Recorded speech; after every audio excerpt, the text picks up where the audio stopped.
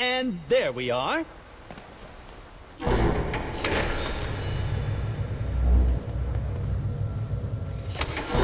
Pardon me, you two, but I fear management has given me something of a sudden summoning. Might it be all right if a substitute took care of you today? Ah, speak of the dickens! Here comes the substitute now. Nice to make it acquainted. Worry not. I shall be returned before you know it. Ta!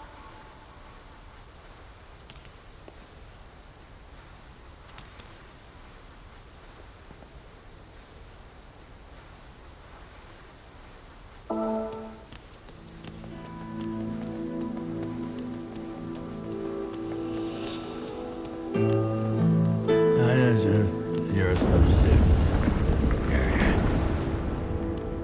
If you're a substitute, I'm gonna call you Tootie.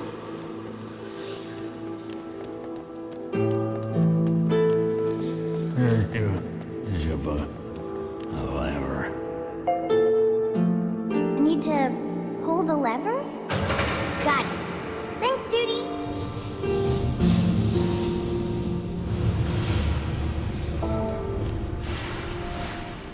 Wow! It's like there are waterfalls of sand!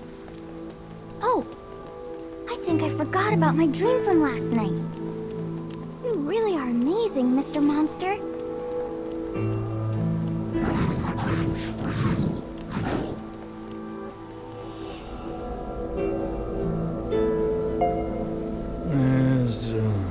First, crawl at it. Have fun. Bye!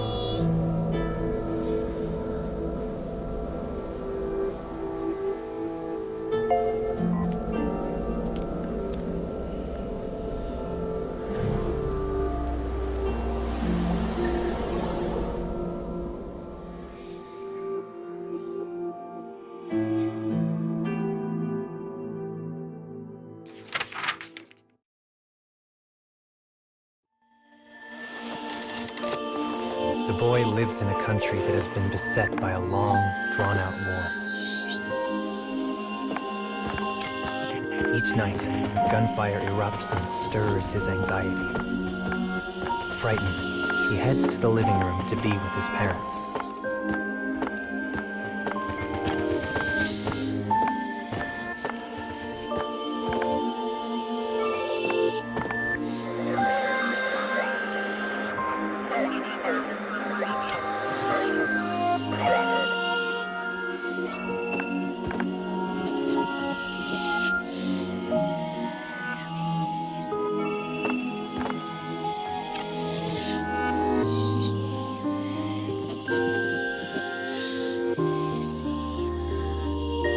His mother's smile always manages to cheer the boy up.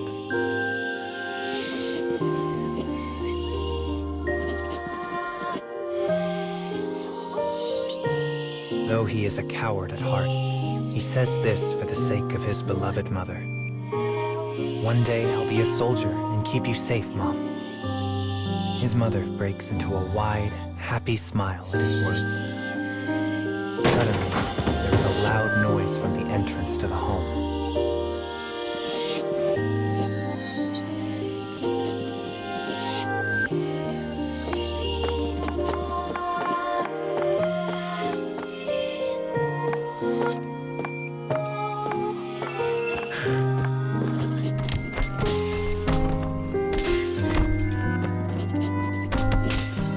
His parents scream for a long, agonizing moment, and then they fall silent.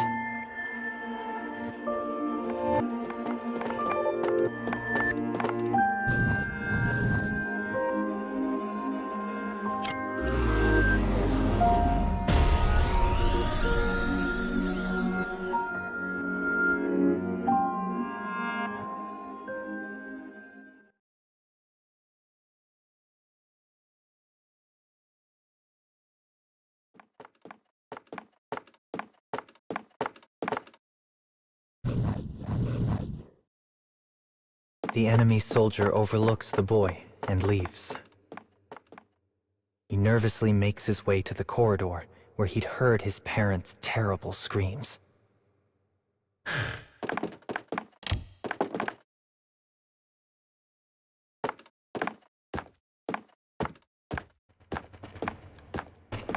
He finds the corpses of his parents cooling on the floor.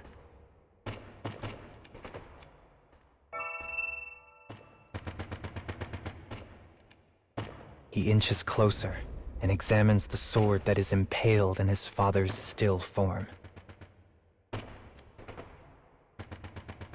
It is decorated with a distinctive emblem. The boy crumples to the floor and begins to sob as shame at his weakness overwhelms him. Even now, the thought of the enemy he saw from the closet makes him go weak in the knees. He is a coward, a craven, a sniveling child who had been unable to act.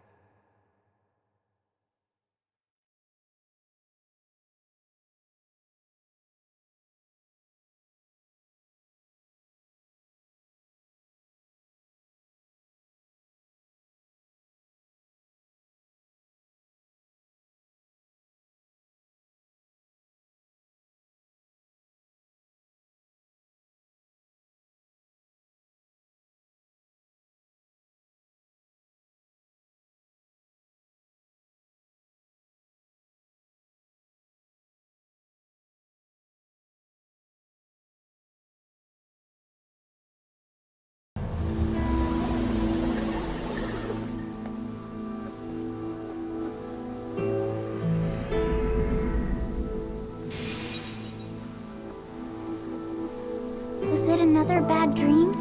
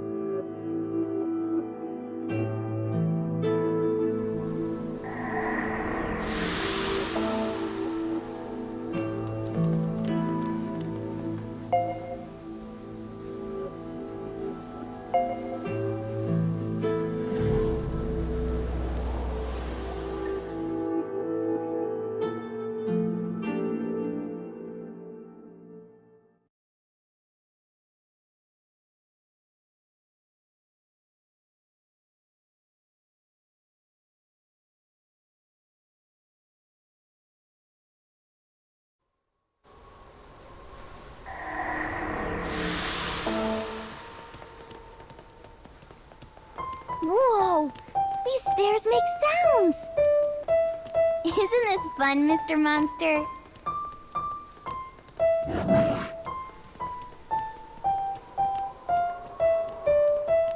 Is this making you dizzy?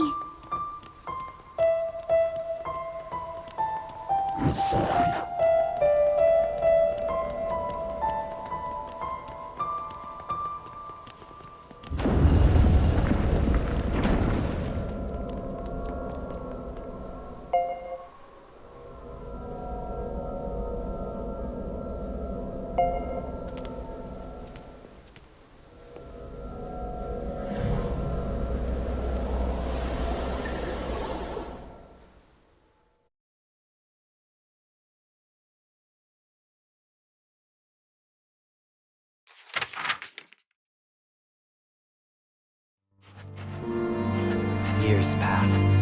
The boy who had lost his parents has become a soldier.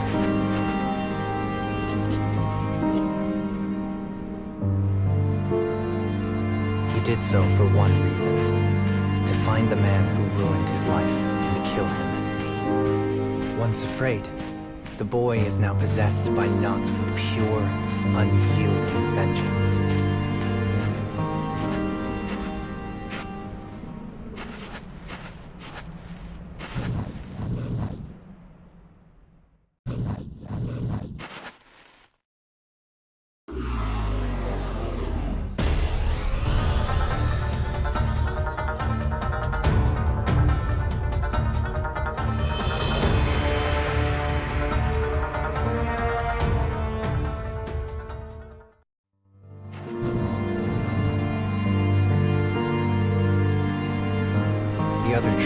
often single out the unsociable boy. The boy stares back at the soldier before him. The coward he once was is now a distant stranger.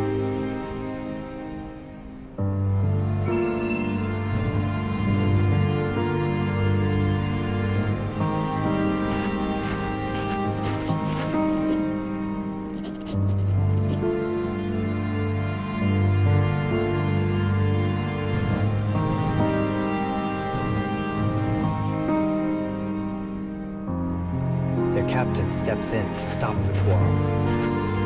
But rather than look at him, the boy turns away. Though a captain, the man is rather soft and weak-willed. When the boy looks at him, it is like looking at the coward he once was. Turning his back on his caring captain, the boy departs.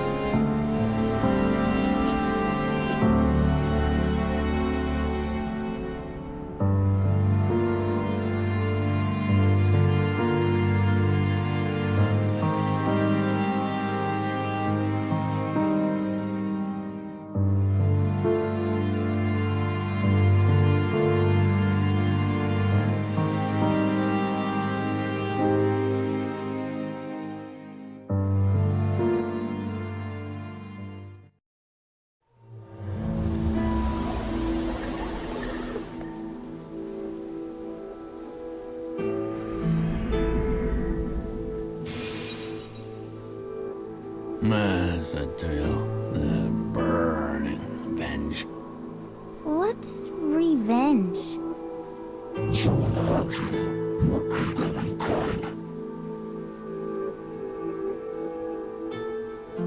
That's bad.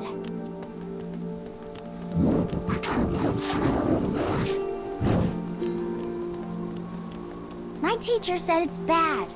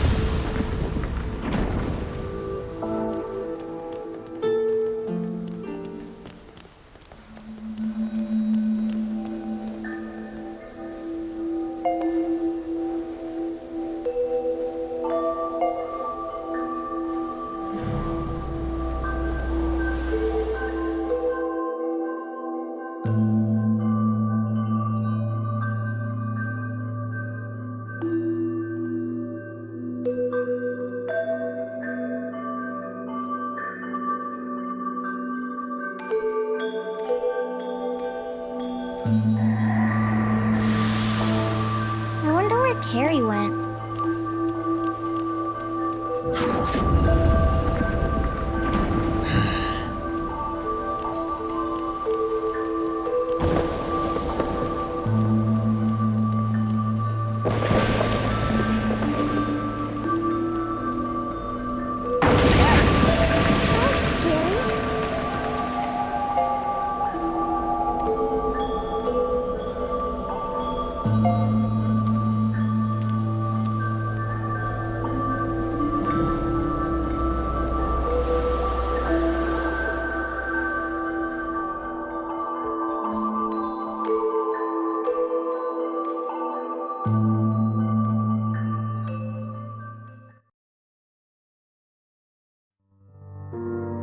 The next day, the soldiers are briefed on their upcoming operation.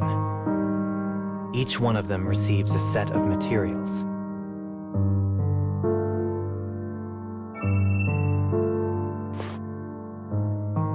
When the boy looks at the documents, a terrifying smile slowly emerges on his face.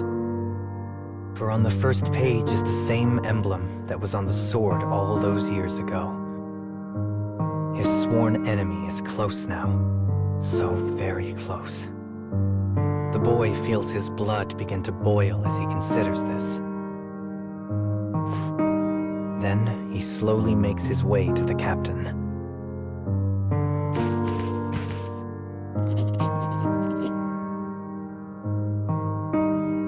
There is a man among our foes, the same man who killed my parents. I owe this man. The debt must be paid. Put me in the front line so I may take his life. Enraged, the boy draws his weapon and moves to attack his own captain. Though the other man quakes in fear, he does not rescind from his previous order. The boy hurls abuse at the timid man as he sheaths his weapon and departs.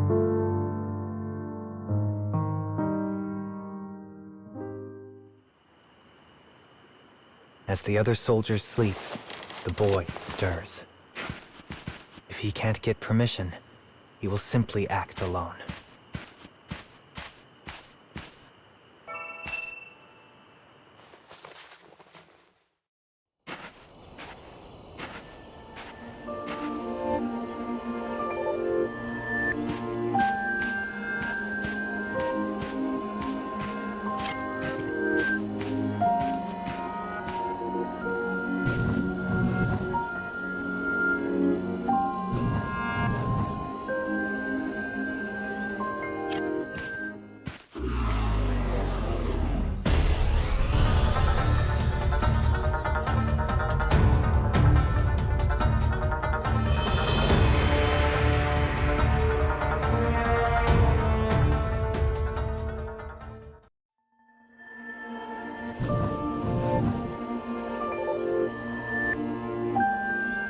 It is the same burly soldier who always tries to fight him.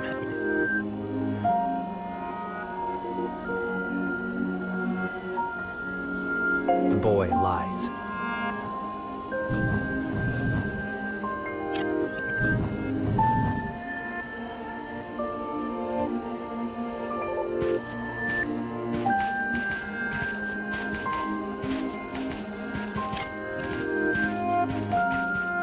Though this soldier usually irritates him, today he pays him no mind.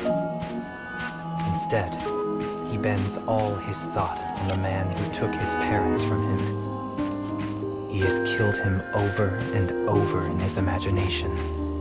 But now,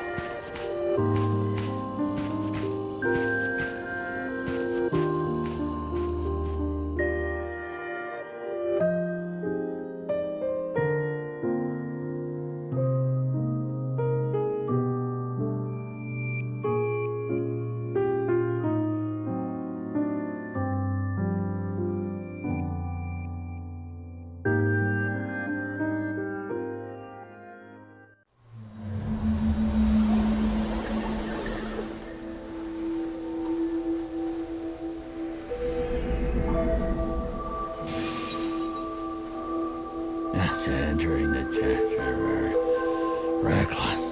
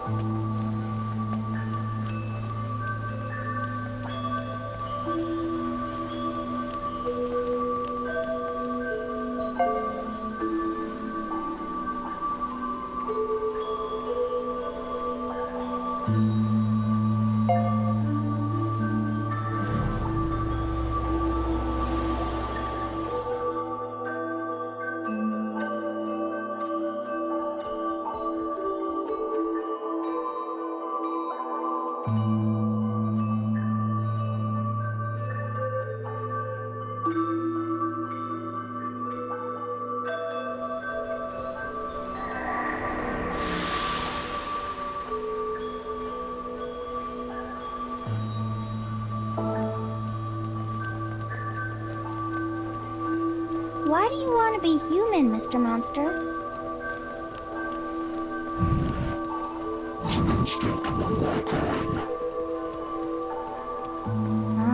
Instinct, huh? When I grow up, I have an instinct to be a ballerina. I wanted to be one ever since I read a picture book about ballerinas. Do you think I can be one?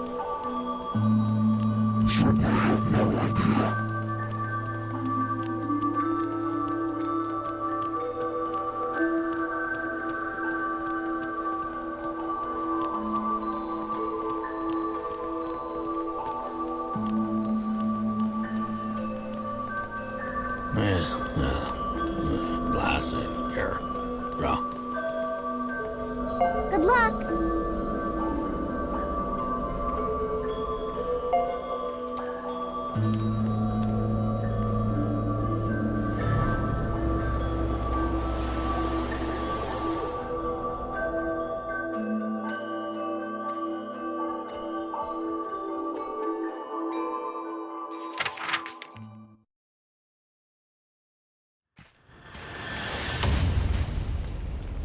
The boy infiltrates the enemy camp just before daybreak.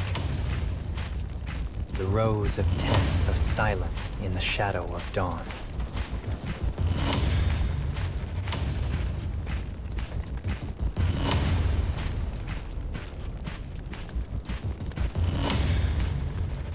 A small fire burns in a tent deep within the camp, and he senses the presence of an enemy.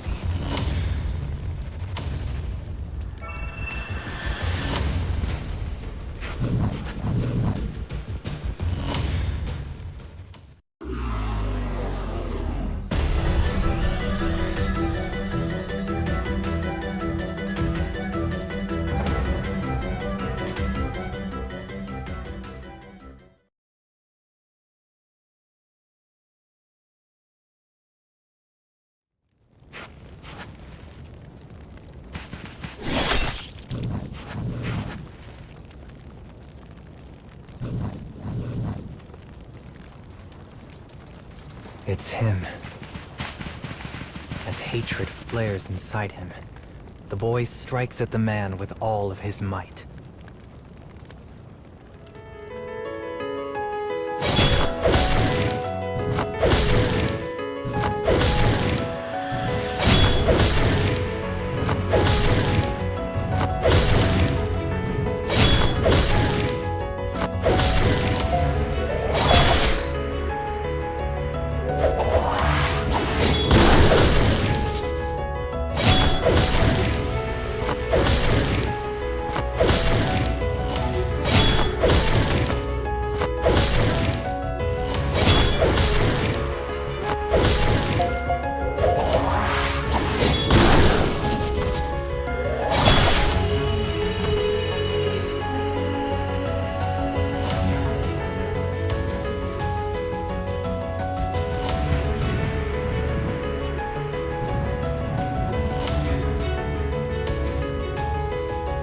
Captain looks the boy square in the eyes.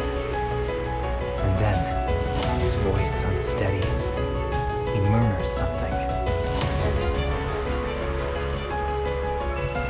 He pauses, coughs up a gout of blood, and tries again.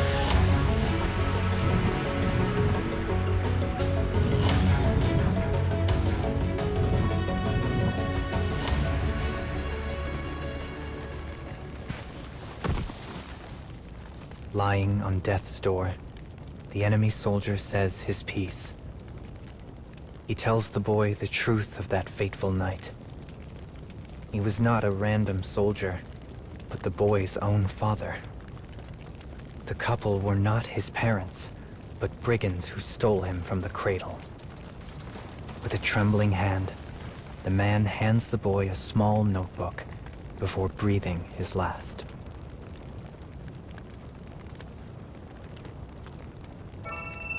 In it, he learns his home country ran a kidnapping scheme targeting infants. Glued within the pages are multiple pictures of the couple who raised him. His parents are a sin, his life a sham. He has devoted his existence to Nothing. The battlefield lies in a cold, hollow silence as the sun slowly begins to rise.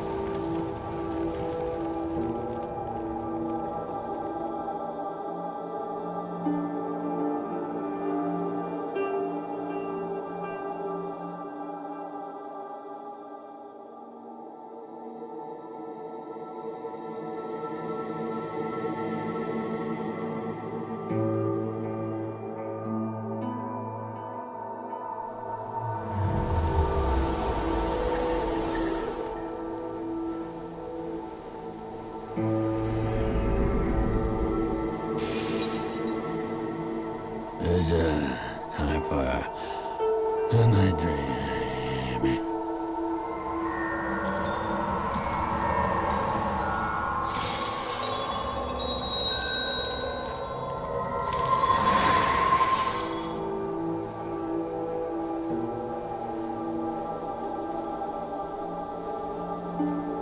I have returned. Terribly sorry to have caused you so much trouble. It's always such a shock to be called in on short notice like that. I do wish they would find a different way. Yes, well, I'm all. Let's play again sometime, Tootie. Nah.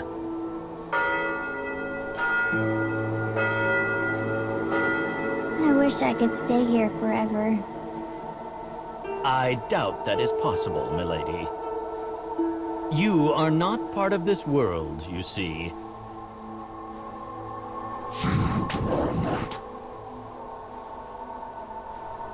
Now then, there we go.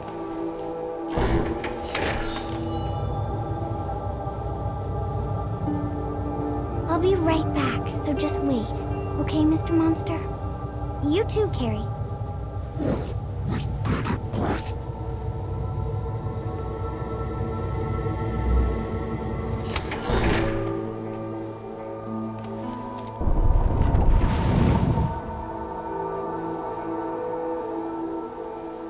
Dear me, I've not been here long and I'm already covered in sand. I could use a quick soak in the tub.